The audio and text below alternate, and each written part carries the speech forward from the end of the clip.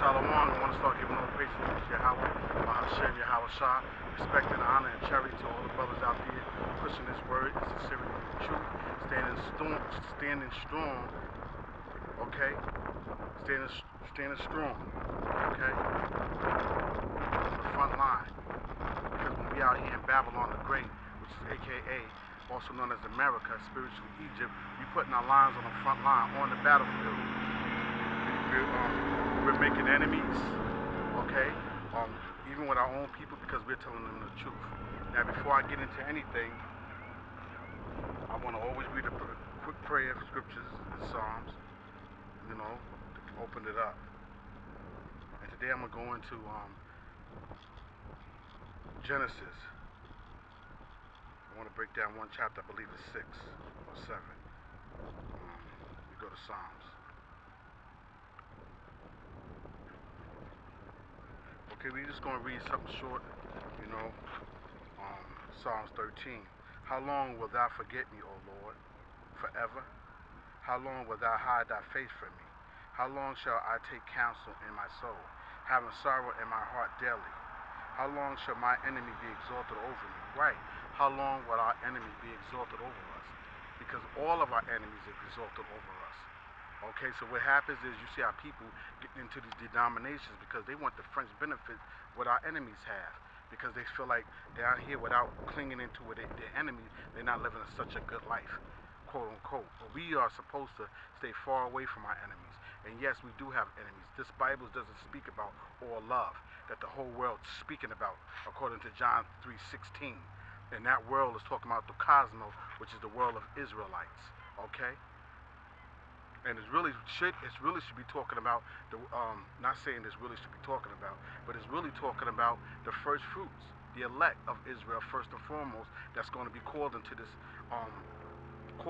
fold, and that's going to be keeping the Lord's commandments. It ain't talking about everybody else, the whole world, because we know our own people is going to be destroyed. So yes, we have enemies, and it says, "How long shall my enemy be exalted over me?" Yeah, we hasten, and that's I believe in the Peters.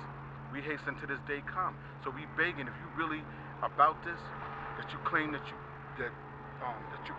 about this, you will be hastening to get the hell out of here. Because you see your enemies getting these friends benefits, you see your people getting murdered down on the street, and then you see your same people that are coons and these different philosophies. You know what I'm saying? Now, I haven't seen anybody come out here and preach this word. You might not even see them, but now I'll come out here, they coming out here with the damn Jehovah's Witness, with their gospel.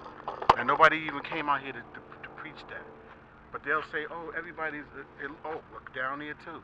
This is all a counteract against the Lord. They think it's counteracting against me, but it's really counteracting against the Lord. You know what I mean?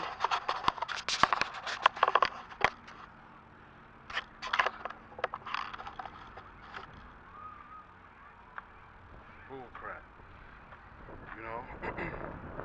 So I gotta find different ways to skate and shake and bake to go to hustle this word, especially when you're by yourself. You know what I'm saying? Now, you got them coming out here. When I first came out here, I've been coming out here. This is my little piece. You know what I'm saying? Even though it's an arena, you know what I'm saying? Anybody can come. Nobody was preaching this gospel. You know what I'm saying? So I either go here or the train station. Now you see these morons being set up. You know what I'm saying? Preaching this filthiness. And forgive me, you know what I'm saying? My dad on earth and other people that I know, they got us into this. That's why I opened up my eye to the Lord, opened my eyes and got me out of these different denominations. Damn, I've been in all these different denominations. You don't know which way to go. But thanks to the glorious Lord and His Son, Mahasha, you know what I'm saying? He opened up my eyes. Now everybody want to come and preach their denomination, okay? And now they send spies over here to see what the hell I'm doing. So I switching up. It's okay. I shake and bake on them. You know what I'm saying? It says, consider and hear me, O Lord, verse 3. My power, lighten my eyes, lest I sleep the sleep of death. Lest my enemies say, I have prevailed against him. And those that trouble me rejoice when I am moved. Yeah, those that are trouble you. And this is talking about, this is a twofold scripture. It's talking about the nations, okay? And it's also talking about our own people that sell us out. You know what I'm saying? You should be ashamed of yourself. Okay? You'll go with anybody. You know what I'm saying? You go with anybody, any denomination. And I've seen niggas do this. I've seen them do this. They go with anybody, any denomination, except for their own people. And they wouldn't even take the time to see what their people talking about. But they'll go to these denominations and these different Hamites and different Edomites and um, whatever nationality there is, you know what I'm saying, to hear what they're saying and give them praise. But when it comes to us, they run forward and they condemn this word of the Lord. You know what I'm saying? And they don't even know what this is talking about. And once they know what it's talking about, they can't digest it. Because it's not the white man coming in, it's not the Egyptian man coming in, or whoever else, the nationality coming in, and they can't be a part of it. So now they upset. Okay? See, when you look around, they think that they own every goddamn thing, and they don't own a damn thing. You know? And the Lord said when he come back, he's going to make them pay for what he did to us, to all of our people. Every last one of them is going to pay. You know what I'm saying? They're going to pay for putting us in slavery. They're going to pay for everything, getting us incarcerated, cutting our Gentiles off, and then they ask us to forget it. Okay, they say, oh, you just forget it. That was the old. Slavery has never been forgotten. Because you're still being enslaved now, except for they took the chains off. But you don't hear me, though. It says, but I have trusted in thy mercy. My heart shall rejoice in thy salvation. I will sing unto the Lord because he hath bountifully with me. Yeah. The Lord has dealt bountifully with us. And you know how he deals bountifully with us? Let's look at that. Look at the word bountifully.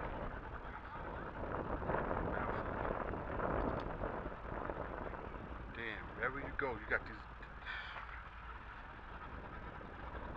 Why are they messing with me? Why are they messing with me? You know what I'm saying? Psalms 13.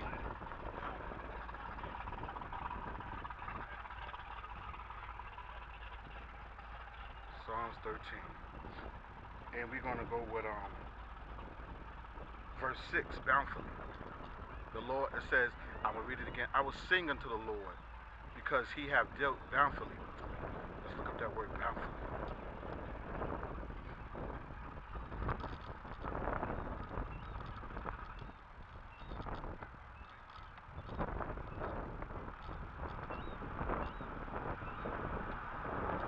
Strong's H1580. Gamal. Strong 1868. Let's hear that again. Strong's H1580. Gamal. Okay, Gamal. What does it say? To deal with recompense. See? Payback. And it says to deal bountifully with. To recompense, repay, require. To be right. Gamal. Harmony rule to treat a person, benefit or require by implication or toil, to ripen, especially to wean, bestow on, deal bountifully to do good, recompense. Yeah, so the Lord going to deal bountifully with us. He's going to do good with us because we kept his word. We kept his Lord's statute and commandments. So that's the opening prayer. You know, stay on the straight gate, continue to push what we're pushing. Now, before I get into the lesson, I want to go over a young lady asked me, why did a woman have to cover their head? According to the scriptures, right? And the debate that we were first getting into, it wasn't really no debate. They was asking why do they have to, well, the young lady said she was talking to an Israelite woman. When she was talking to an Israelite woman, she said the woman said that she had to cover her head. So I said, she said, she don't agree with that. So I said, well, why don't you agree with that? Okay? I said, why you don't agree with that?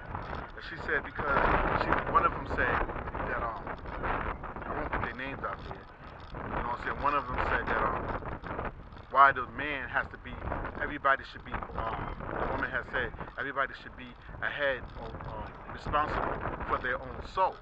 You know what I'm saying? So why does they have to cover their head? You know what I'm saying? It's like, and then they say that this scripture, the verse that I gave them 1 Corinthians chapter 11, verse 2, and I'm going to give you that, you know, before we go into the Genesis. Now, I say, well, why are you looking at it? Why are you looking at it in that perspective? See, this is why This world is so messed up because you have our women, not all of the women, but you have most of our women, you know, our nation, the children of Yasha Allah, okay? They have a problem with order, okay? They want to do their own thing. They have a problem with being submissive. Everybody has a lot and a part that they have to play on this universe, okay? Now, concerning the man, when the man is over the woman, it's over the woman because he's the man leading, he's the man of God, doing the things of God, keeping the Lord's ordinances, okay? So now, let's go into that.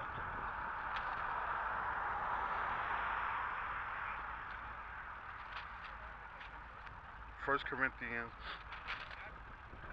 11. We're going to start at 1. Alright? So if you happen to see this video, you know what I'm saying? We're going to go over this again. And I'm going to tell you why. It says, be ye followers of me, even also I also am of Christ, who they ignorantly call Christ. So we're going to speak this verbatim just for edification. His name is Yahushua, it's not Christ. Okay? Now, be ye followers of me, even as I also am Christ. First of all, we have to understand who's speaking here. Paul is speaking, but not only is Paul speaking, he's telling you the words that he's speaking is not of his own. Okay? This is not Paul's own interpretation. This is not Paul coming off the dome how he feel off his mind. This is Paul telling you the words that he's speaking of, who you can call Christ, who is Yahushua. So Paul is not doing his own thing here. Paul is telling you he's speaking the words of Yahushua, who you ignorantly call Jesus Christ. Okay? So he's not making this up. Because the second thing that she tried to bring out is that this is the New Testament and it's a new time. That's how they shake and bake when they get in corners.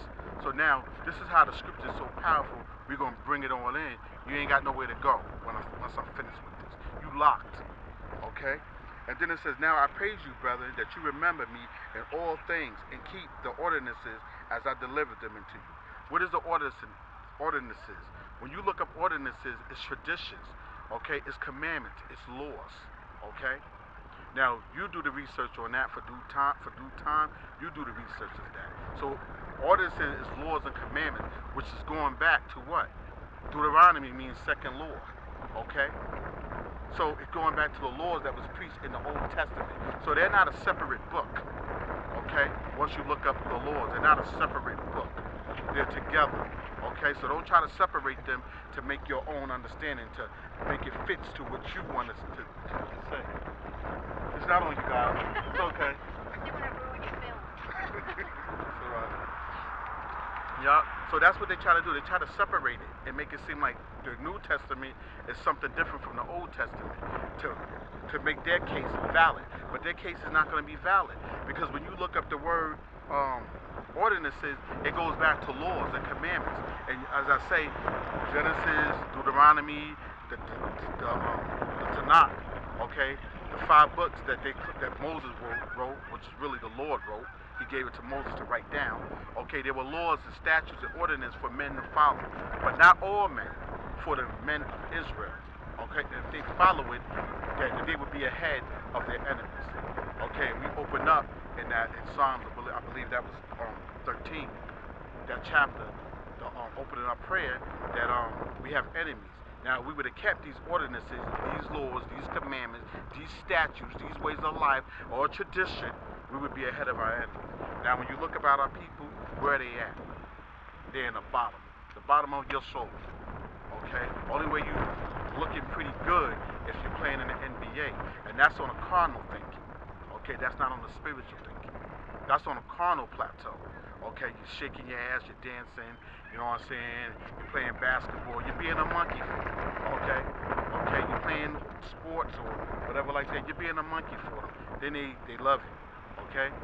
But that doesn't make a man carnal. Okay, that's a carnal way of looking at that point.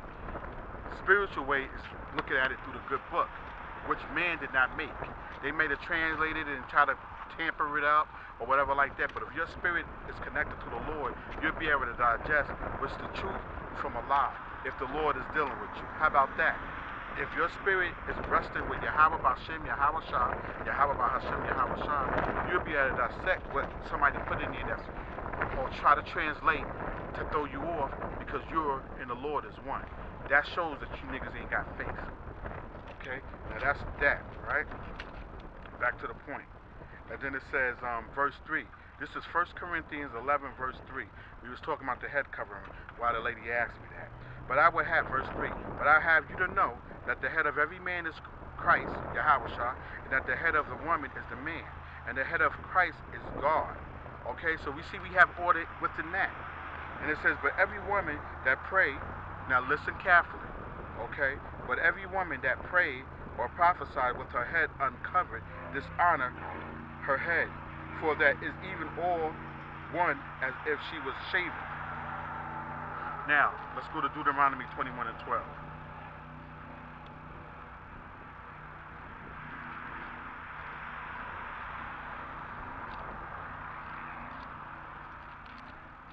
Deuteronomy 21 and 12.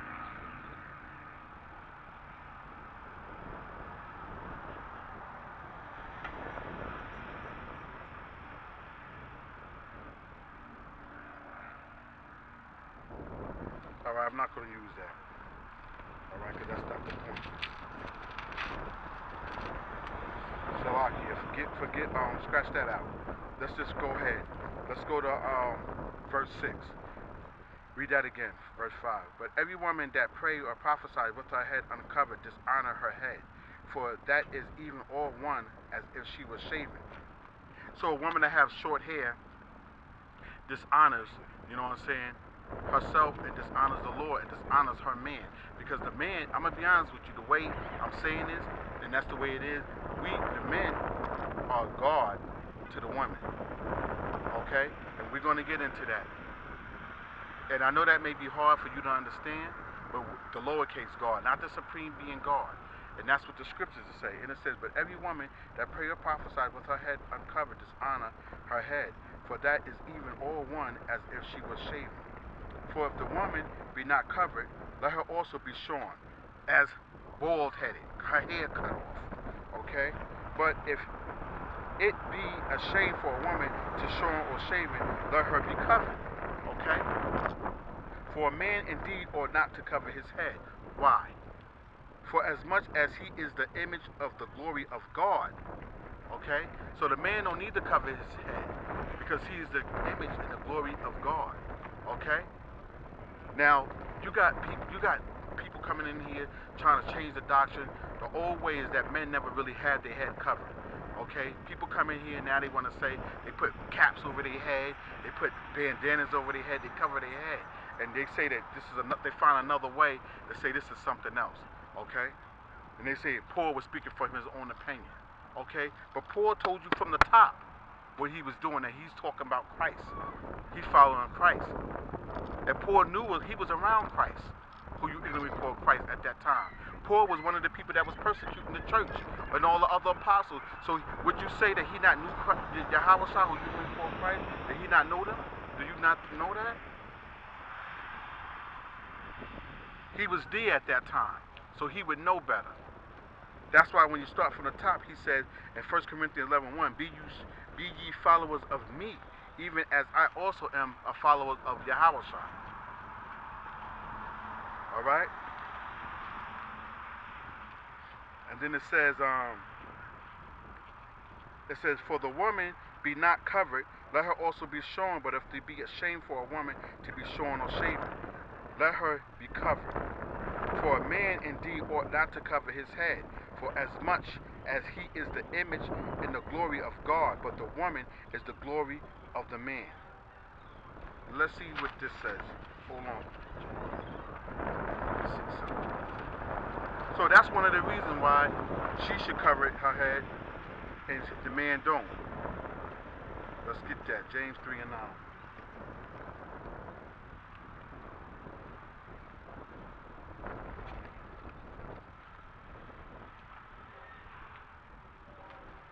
Where's this at? Pardon me. Be patient, people. I'm going to get you it. Where is this at?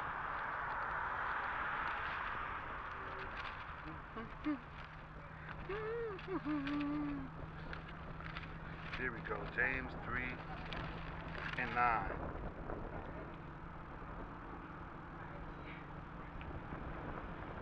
Yeah, here it is.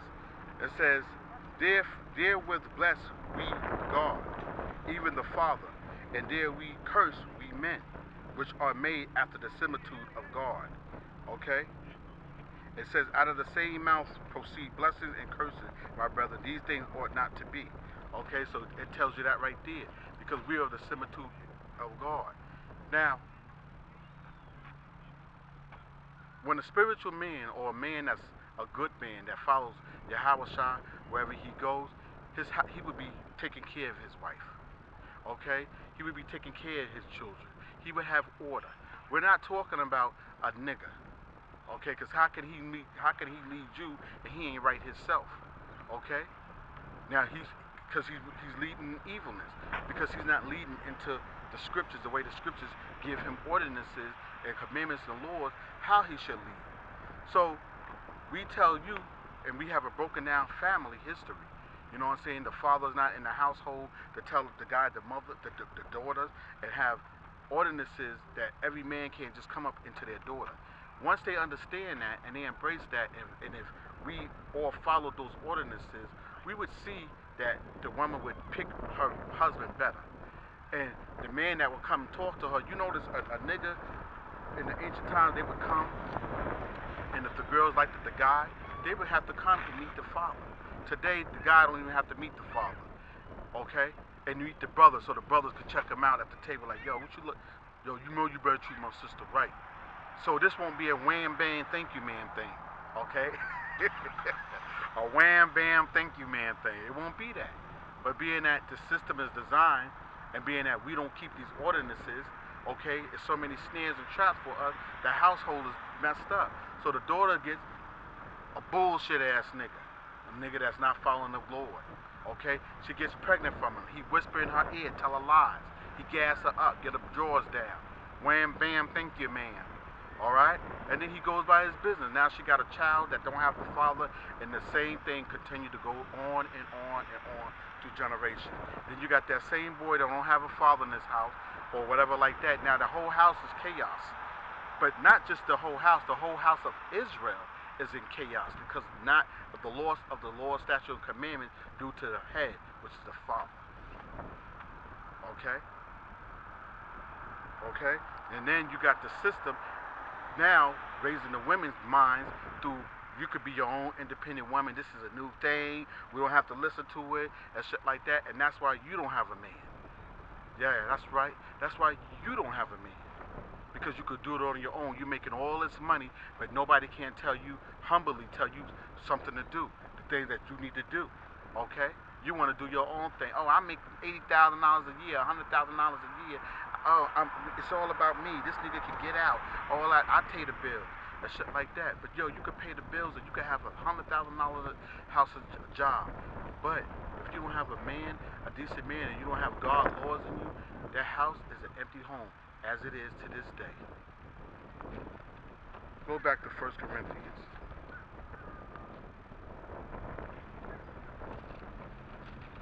And it says,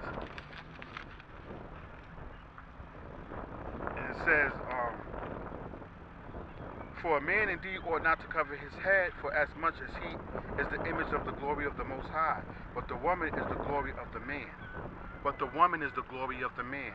Genesis 1:26-27. Let's see that. Hold on. Now, and this is a good point, because these precepts are in the Old Testament, where she tried to separate it for saying that this was a different time, and now we're in a new time that we don't have to do that. And then she also asked me to show her this in the Old Testament, because this is the New Testament, and it don't link up. Some shit they tried to say. Here it is. See? Now, it was Genesis 1:26-27. Let's go to that.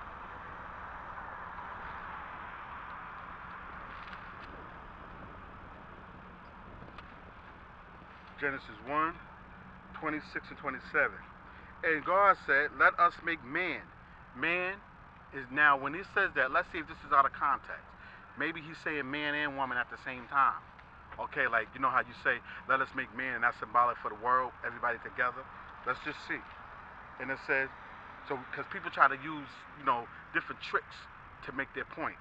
So let's get into that. It says, and God said, let us make man in our image after our likeness, and let them have dominion over the fish of the sea, and over the fowl of the air, and over the cattle, and over the earth, and over every creeping thing that creeps upon the earth.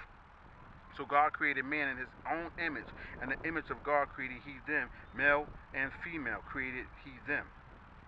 And God blessed them, and God said to be unto them be fruitful, and multiply, and replenish the earth, and subdue it, and have dominion. Okay, so he told them to come together and do this. But hold on.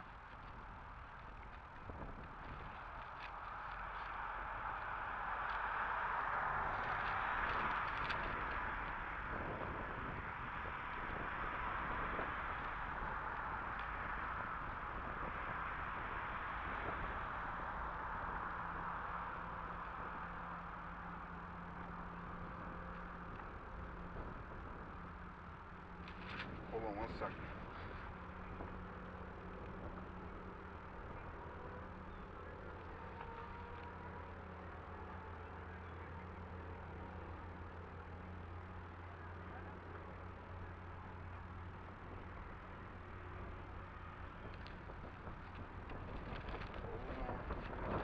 This is something here.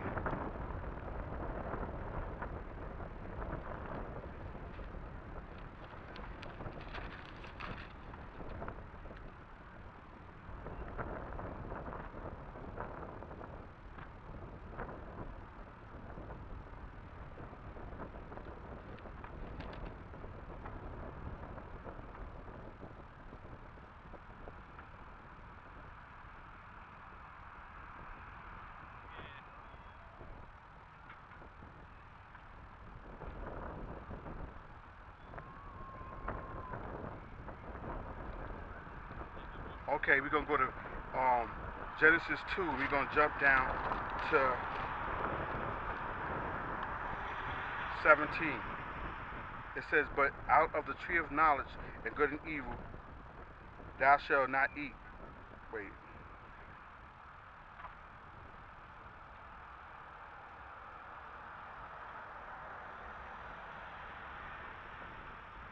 Okay, here it is.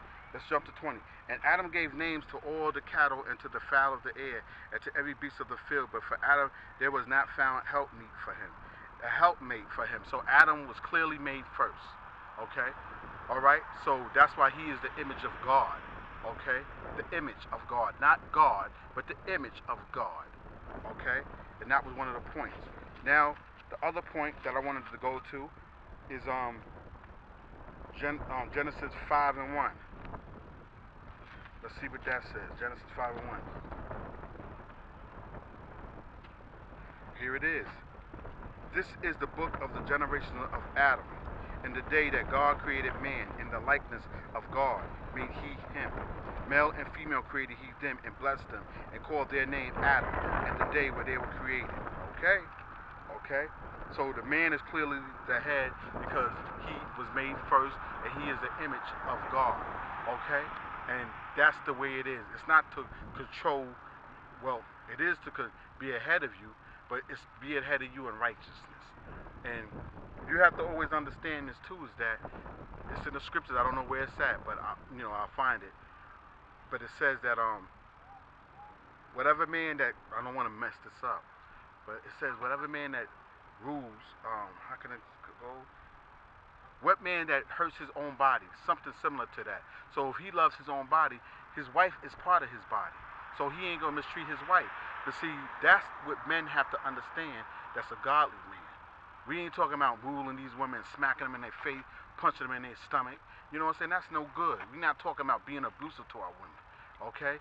And some of us had in the past had altercations with certain women and stuff like that, but through time we learned to be better than what we were in the past.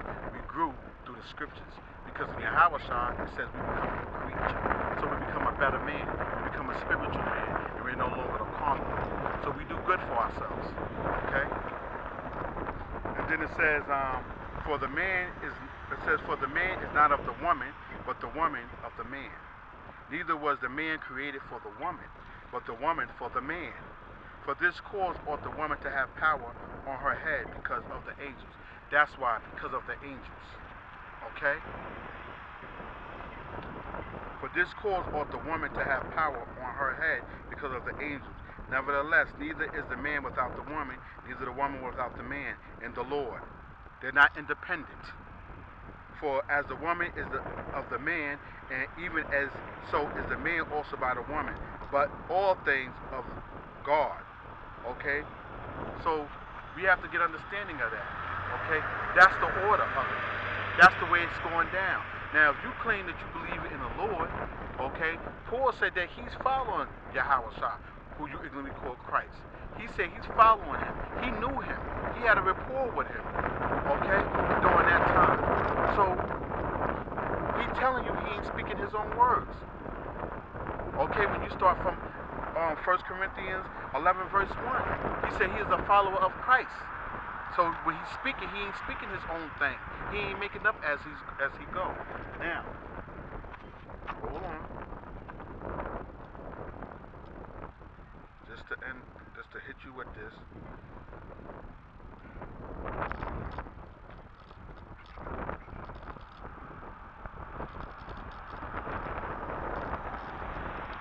Okay. I think this is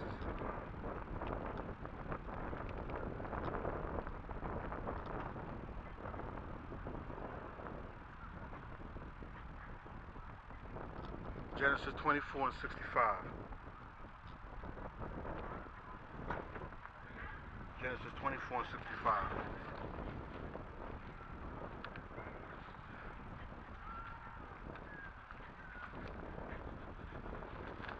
Genesis 24 and 65.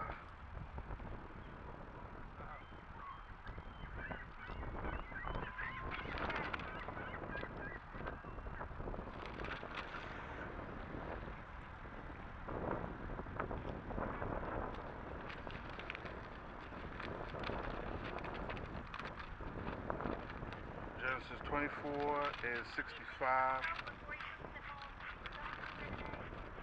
And it says, for she has said unto the servant, what man is this that walk in the field to meet us? And the servant has said, it is my master. Therefore she took a veil and covered herself. Now why does she do that? Why does she take the veil and cover herself? This is in the New Testament. Because it showed a sign that the man is the image of God, okay? And that the woman is the glory of the man, for the man. The woman is for the man, not the glory of the man. The woman is for the man. She is made for the man. Okay, so that's showing her. That's showing order. That's showing order. So that's why she put the veil over her head.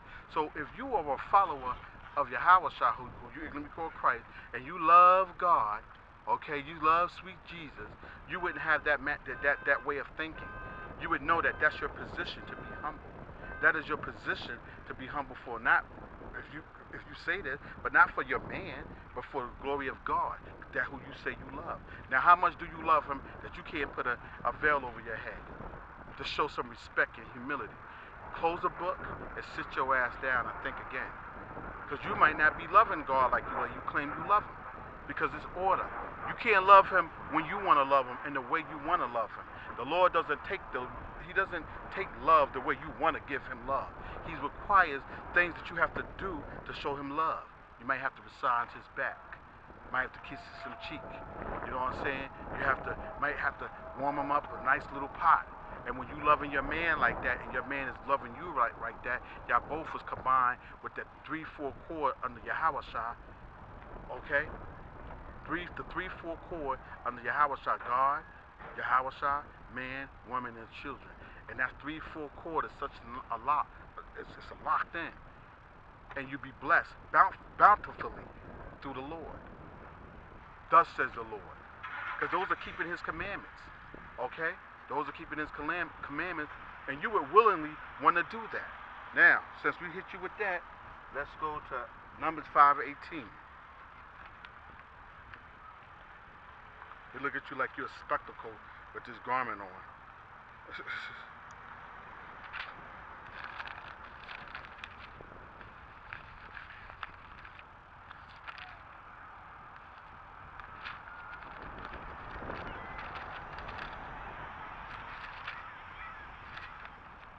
Numbers 5 and 18. And the priest shall set the woman before the Lord, and uncover the woman's head. Uncover the woman's head. Read it again. Numbers 5 and 18. And the priest shall set the woman before the Lord, and uncover the woman's head, and put the offering of memorial in her hand, which is the jealousy offering. And the priest shall have in his hand the bitter water that caused the curse. Now, when you read that, that's the jealous. That's the When you read that chapter, that's going into the jealous husband. We're raised to prove that, that he's a jealous husband, and how if the man feeling like she's cheating on him, he would go to the priest. Okay, the priest would do a certain thing to see if this woman is cheating on her husband or not. Okay, and then if she is found out to be cheating on her, she might be put to death. In that time with the Lord, and she have a foul odor out of her vagina. You didn't know that, did you? And that tells you something else too. That tells you can't be opening your quiver, which according to the Bible, your vagina to every man. Whatever man you have sex with, stick with him. You can't, That's because that shows you that that's unsanitary. You can't be screwing all these different men. Isaiah 47 and 2.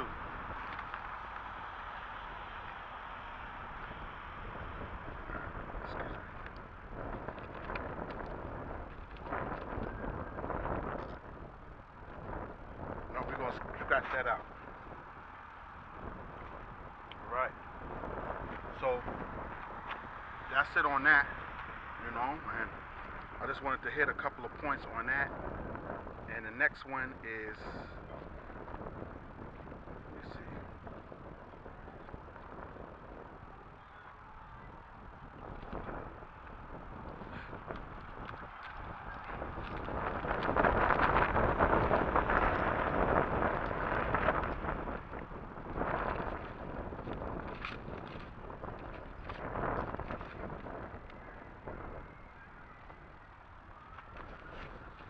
Now the next one we're going to go to is Genesis. So we're going to pause on that.